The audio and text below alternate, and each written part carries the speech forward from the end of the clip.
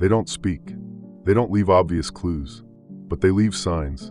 A silent gesture, repeated by hundreds of artists around the world, across different eras and cultures, appears constantly in magazines, album covers, videos, and even public appearances.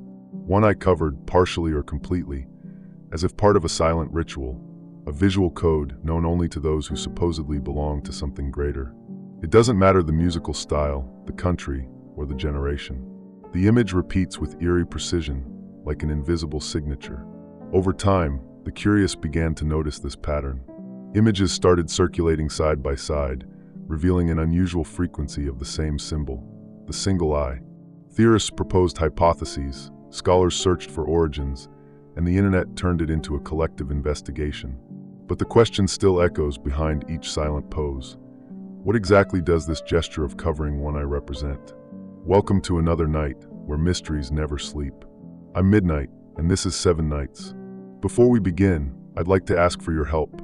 Like the video, leave a comment, and subscribe to the channel. It's just one click, but it makes a huge difference in helping YouTube show these videos to more people and allowing me to keep bringing this content to you. I'm counting on you.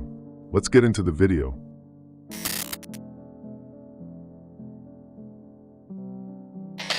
You've seen this symbol. Even without realizing it, it's been in front of your eyes your whole life. A single eye, often inside a triangle or surrounded by light. It appears in ancient monuments, on money, book covers, music videos. But the most curious thing is that no one talks about it. And when they do, they treat it like just a detail. But details like this don't survive for thousands of years by accident. In ancient Egypt, this symbol was already revered. They called it the Eye of Horus. It was used as an amulet, as a shield against evil, as a representation of spiritual power. But it was more than that. It was also a sign of those who could see beyond, who had access to things regular people couldn't understand. It was on the tombs of pharaohs, in the eyes of statues, and painted on every corner of temple walls. Not as decoration, but as a warning. Time passed, and the symbol didn't disappear. It just changed names. It crossed centuries, escaped the ruins, and resurfaced in the secret halls of Freemasonry. There, it gained another meaning. It became the Eye of Providence, the symbol of constant surveillance. An invisible entity, always watching, always judging. And if before the eye protected, now it controlled. It was the eye that never blinked.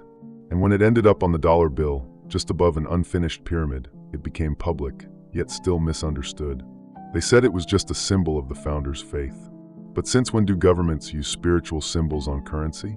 Since when does a country embed occultism into its visual foundation without reason? That's when the discomfort begins. If you look closely, you'll notice this eye is always at the top of the pyramid, at the top of structures, at the top of hierarchies. It doesn't represent the people. It represents those who see everything from above, those who have the vision no one else has. And those at the top are almost never seen. Freemasonry, the Illuminati, Rosicrucian orders, all use the eye in their symbols. All of them, without exception. And all these groups have something in common. They operate in secrecy. They guard knowledge. They divide the world between those who know and those who cannot know. The eye became the seal of this pact, a silent sign of belonging. But the strangest part was yet to come. Suddenly, it starts to appear in pop culture, not as a reference, but as a gesture. A simple gesture, almost imperceptible, covering one eye. Seems silly, like a magazine pose. But it's always the same eye, always in the same way. And the more you look, the more you see. Singers, actresses, models, influencers. The ancient symbol became a modern signature.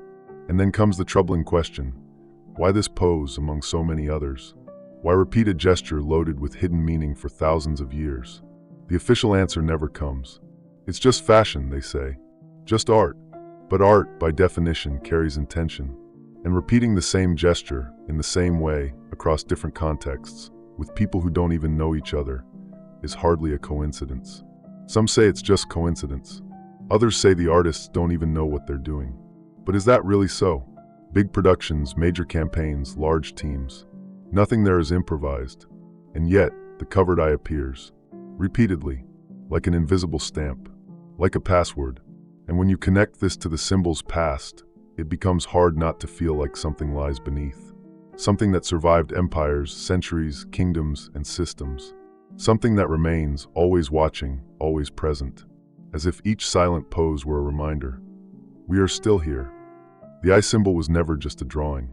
It has always been a portal, a sign between those who know and those who merely watch. And if it traveled from temple to temple until it reached magazine covers and concert stages, it's because it's still useful. Only now, it no longer protects. It belongs. If this symbol represents so much, what exactly is it representing today?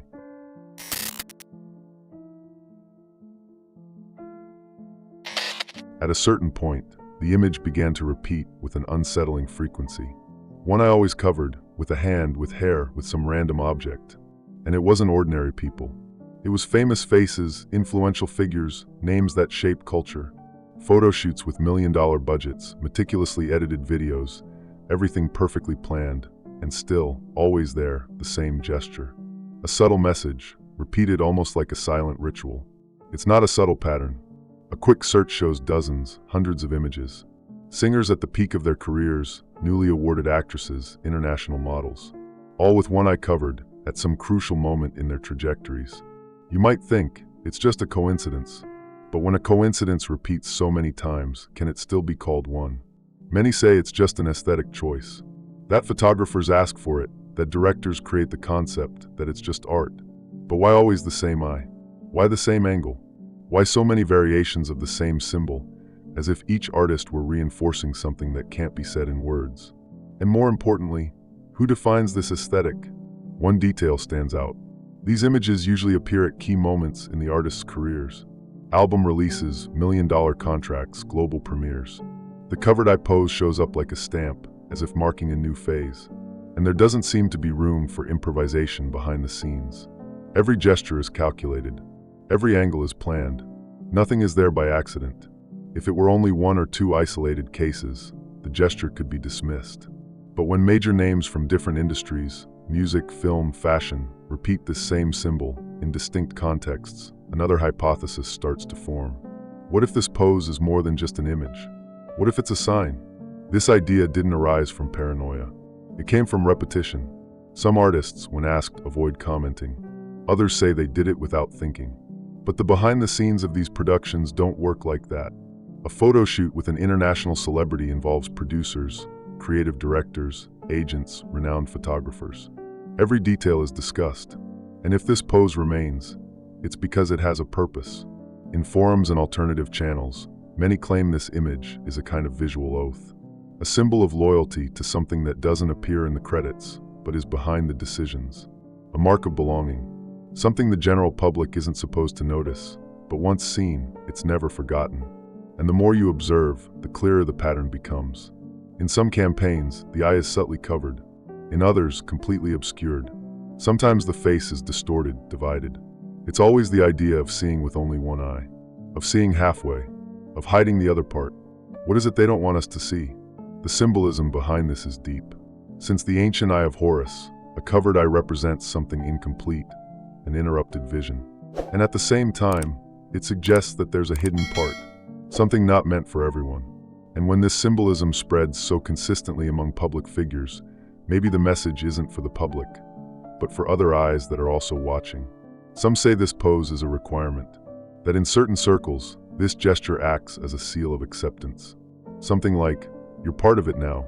And for many artists, it coincides with moments when their careers skyrocket. Could it be just talent and opportunity, or are other doors being opened behind the scenes? Nothing is stated, nothing is said clearly, but everything is shown. The gesture is there, visible, on billboards, magazine covers, video thumbnails, always at strategic moments. And the more you notice, the more you realize it's not a passing trend. It's a persistent symbol, a visual echo of something that seems bigger, older, and perhaps more controlled than anyone imagines. The question that lingers in the air is, if so many make the same gesture, what happens to those who refuse?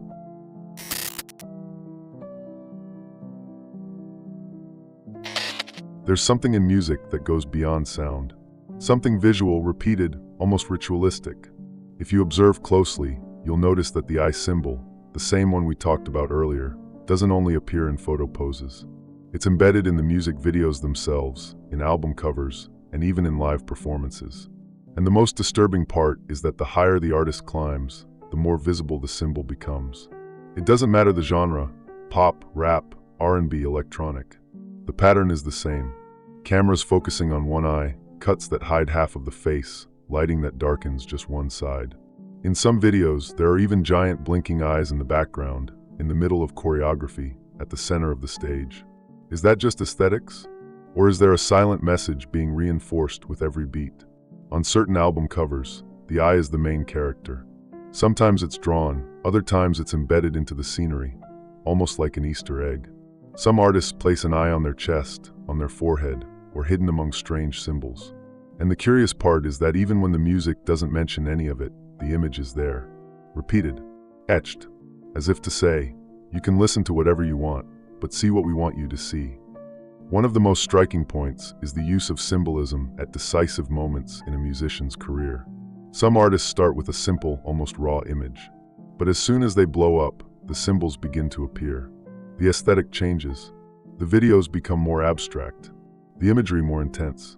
As if a new visual layer were inserted into their art, required by someone who doesn't appear in the credits. Some say it's coincidence. But there are those who claim that certain contracts include clauses that control not just the music, but also the imagery and the symbols used in productions. No such contract has ever leaked with proof, but the frequency of the images and the shift in some artists' behavior raise suspicions. Could it be that, at the top, artistic freedom fades? In old interviews, some musicians have let slip strange comments. They talk about things that can't be said, decisions that come from above, visual obligations. Loose phrases spoken carefully, but within context, they seem to suggest that not everything is a personal choice. And if there's control over what is shown, maybe there's control over what is allowed to be created. In the history of music, there are cases of artists who began to question these patterns. Some disappeared for a while. Others claimed personal problems. But curiously, many of those same artists reappeared later, with the eye covered. Literally. As if, after some time away, they had accepted a condition to return to the stage. At award shows, performances, and rehearsals, the choreography of the eyes continues. And we're not talking about independent productions. We're talking about major events, televised, with millions of viewers. Everything carefully scripted. And still the gesture repeats. One eye hidden, a reinforced pattern. It's as if the industry were using the symbol as a mark, a visual stamp. You rise, you appear, you sing, but you also display the sign. And maybe that's exactly what makes it so powerful. It's not hidden, it's normalized. And by being repeated in so many different contexts, it stops being strange. But it's still there. Once you start paying attention to this, the way you consume music changes. You realize certain visual choices repeat too often to be accidental. That some images seem mandatory, and that maybe the sound is just part of the message. The other part is in the subtext, in the shadows, in the eyes that look, and in the eyes that hide. This eye aesthetic isn't new, but what's intriguing is its constant presence in the most closed-off backstage areas of the music industry. It's where the public doesn't go, where contracts are signed, decisions are made, and images are shaped. And this leads to a new question. What is the role of occult societies in this symbolic pattern that dominates the industry?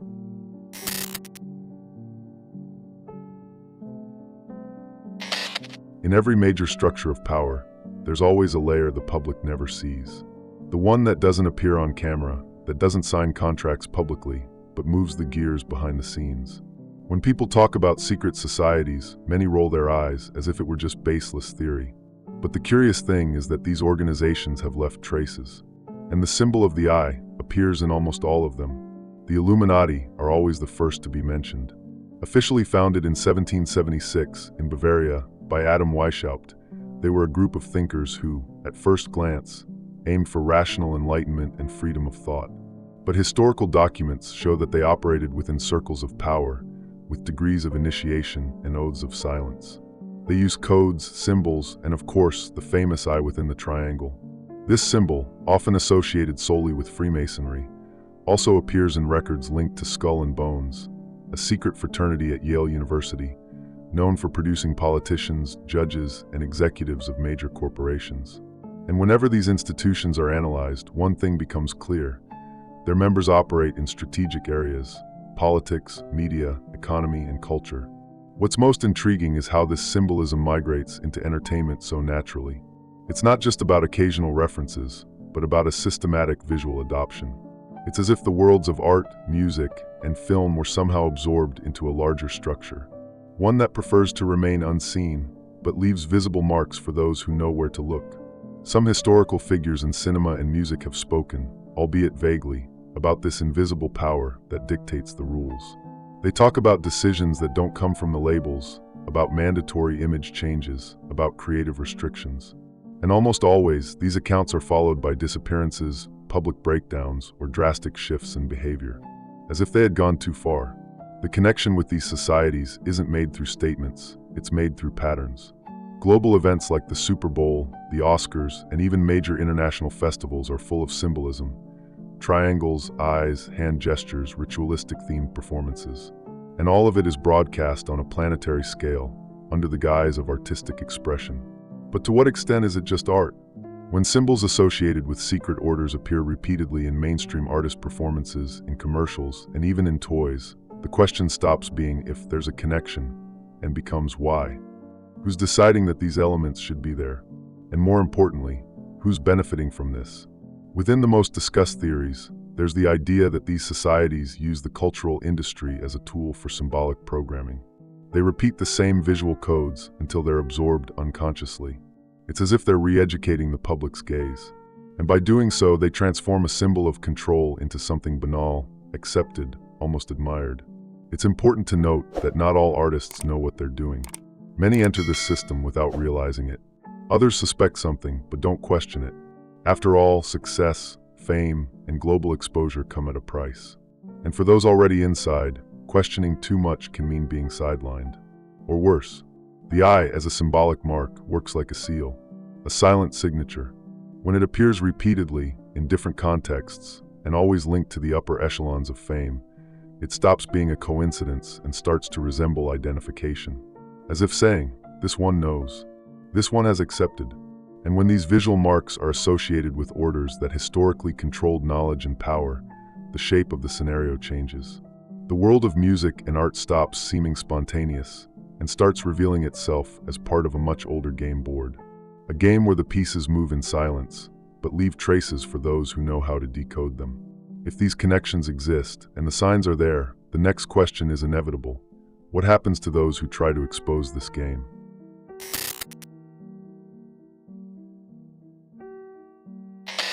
At some point, all this mystery stops being just about symbols. It starts to touch something deeper, more dangerous. And then the names appear. Artists who were at their peak, on top of the world, and suddenly vanish. Or change. Or start giving signs that they're trying to say something. And when that happens, the pattern that once seemed distant gets way too close. Michael Jackson was one of them. This isn't a theory, it's on video. He said there was a force that controlled everything. That the media manipulated the narrative. That there were invisible owners of the industry. He spoke about it more than once. In shows, interviews, speeches. But the more he spoke, the more his image was dismantled. Scandals, headlines, attacks. Until the day he died. And to this day, there are many things about that case that simply don't add up. Whitney Houston also began distancing herself from the industry's script. She started refusing certain events, questioning certain choices, and it didn't take long for the rumors to start. They said she was disoriented, that she was in crisis. But in one of her last conversations with friends, she supposedly said she felt like she was being watched. Days later, she was found dead. A sad ending, but also strange. And what about Britney Spears? For years, she lived under a conservatorship that prevented her from making basic decisions about her own life. In the 21st century, a billionaire artist with millions of followers couldn't choose what to do with her own money or her own body. She smiled on stage, but fans started noticing hidden messages, changes in her expression, repeated gestures, and then the hashtag Free Britney movement was born. Because yes, something was happening. There's also Dave Chappelle. At the height of his career, he simply walked away. They said he had a breakdown, that he ran away. But years later, he himself said he saw things he didn't want to be a part of. He said there were games behind the scenes that had nothing to do with comedy. He disappeared for years. When he came back, he was a different man. More skeptical, more direct, and most of all, quieter. These aren't isolated cases.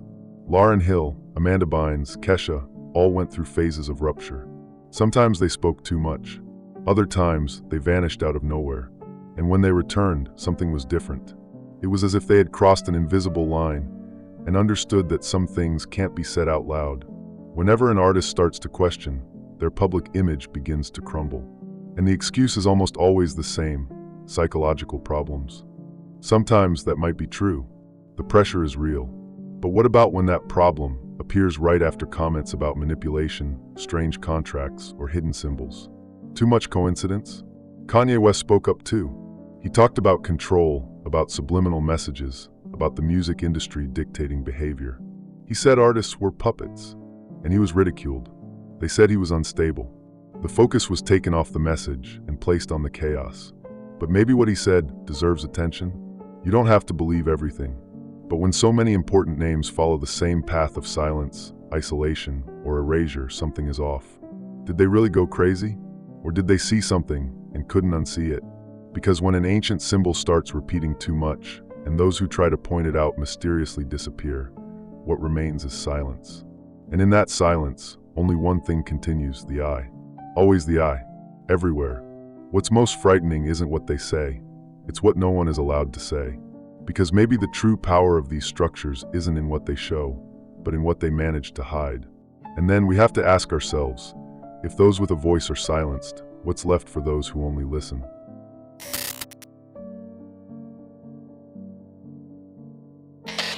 In the beginning, it was a reserved symbol. Then it became an artist's mark. And now it's everywhere. Without warning, without context, the covered eye began appearing on social media naturally, almost trivially. Ordinary people mimicking celebrity poses. Influencers making the same gesture. Brands using the icon to sell clothes, perfumes, accessories. The question is inevitable. How did something so loaded with meaning become a trend? It's subtle but constant. Scrolling through your feed, the gesture appears. In videos, in photos, in filters. One eye covered, the face divided, the gaze incomplete. It doesn't look like a ritual, it looks like fashion. But the aesthetic is always the same, and it comes from above. The symbol didn't go viral by accident, but because it was elevated. And when something shows up many times in different places, it's because someone wants you to see it. What's frightening is how this affects collective perception. Repetition normalizes. Repetition conditions. When a symbol is shown repeatedly in various formats, it transforms. It stops feeling strange. It becomes accepted, reproduced, admired. The eye symbol, which for centuries was linked to the occult, is now a hashtag, a filter, a visual identity. But has anyone stopped to think about what it really represents? The logic behind this is simple and terrifying. Symbolic control works best when no one realizes they're being controlled. There's no need to force it. Just make it appealing. Make it look modern. And when people start incorporating these symbols into their own image, the cycle is complete. They're not just repeating a gesture, they're reinforcing an idea. But which one? Some advertising campaigns go overboard. Clothes with eyes, packaging with pyramids, products with a triangle and a pupil in the center. Visually beautiful. But is that all? Why are the same elements found in toys, music videos, and now in Instagram stories? Why this symbol specifically replicated so often? Who's behind the aesthetic curation of the big brands? And if this symbol is a language, who's speaking through it? Symbolism isn't just for decoration. It's for communication, for signaling, for reinforcing the presence of a structure. The eye, which once watched over the initiated, now looks directly at you. It's in your pocket, on your screen, in your consumption. It no longer needs to hide, because now it's part of the algorithm. In digital culture, what goes viral shapes behavior. And when a symbol goes viral, it gains power. It influences stances, gestures, aesthetics. And if there's an agenda behind it, the public becomes part of the game without realizing they're playing. There are no more secret ceremonies. Now the ritual happens in front of the camera, with millions of views. There are teenagers who've never heard of the Illuminati, but strike the covered eye pose on TikTok. Content creators using the triangle as visual identity. Fan clubs turning these images into fan art without understanding their origins. Is this repetition innocent or part of something bigger? By repeating a symbol, even without knowing what it means, a person helps spread it, helps give it strength, helps keep it alive. What was once done by the few is now done by the many. But who decides what becomes a trend? Who decides what goes into campaigns, viral dances, album covers? The aesthetic of control has disguised itself as freedom. The image of the eye, which once meant warning, wisdom, vigilance, now appears as an accessory. But the codes are still there. The language is still there. And in the end, the symbol hasn't changed. Only those who carry it now have no idea what they're carrying. And that leads to the final thought before the conclusion. If the symbol has spread so widely, does it still belong to the elite? Or does the elite now belong to it? The covered eye may seem like just a pose, a visual detail, a camera trick. But over the centuries, it has survived the fall of empires, passed through religions, infiltrated secret societies, and now it's on the face of those shaping the modern world. It no longer protects, it observes. It's no longer a symbol reserved for the initiated, but a mark repeated, copied, and reinforced by millions, every day in silence. The real question may never have been, why do they do this? But rather, why do we keep repeating it? This story is just one piece, and maybe one day, you'll see the whole puzzle. If this made you think, subscribe and like the video. It helps the channel grow. Don't forget to share, because more voices mean more discoveries.